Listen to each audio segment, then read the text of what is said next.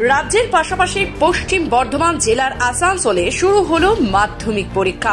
সোমবার প্রথম পরীক্ষা দিতে মাধ্যমিক পরীক্ষার্থীরা কেন্দ্রে পৌঁছয়। পরীক্ষা কেন্দ্রের বাইরে পুলিশের নজরদারি রয়েছে।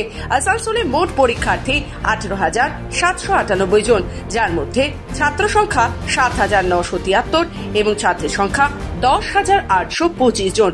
অর্থাৎ এবারে মাধ্যমিক পরীক্ষায় ছাত্রীর সংখ্যা বেশি।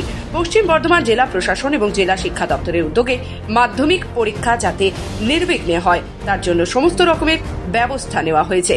কি বলবো, আজকে খুব ভয় লাগছে, আমাকে একটু যদি ভয় লাগছে। কেমন প্রস্তুতি কেমন নেওয়া? ঠিক আছে, ভালো, কিন্তু ভয় লাগছে, বুঝতে খুব ভয় লাগছে। আমরা লিখতে পারবো না, কি হাতটা কাঁপছে। মানে আজ তো প্রথম পরীক্ষা। হ্যাঁ, সেই জন্য ভয় লাগছে। ভালো লাগছে। কতটা তৈরি বা কি বলতে? হ্যাঁ, তৈরি করেছি আমি ভালো করে। এবার দেখি কি হয়। কোন স্কুল থেকে? আমি English medium, Chittaranjan high school. Centre কোথায় পড়েছে? তাছাড়া বয়েজ স্কুল। আমার তো একটু খুবই টেনশন হচ্ছে প্রথম জীবনের, তো নিয়েছে, প্রিপারেশন নিয়েছে, এবার দেখা যাক।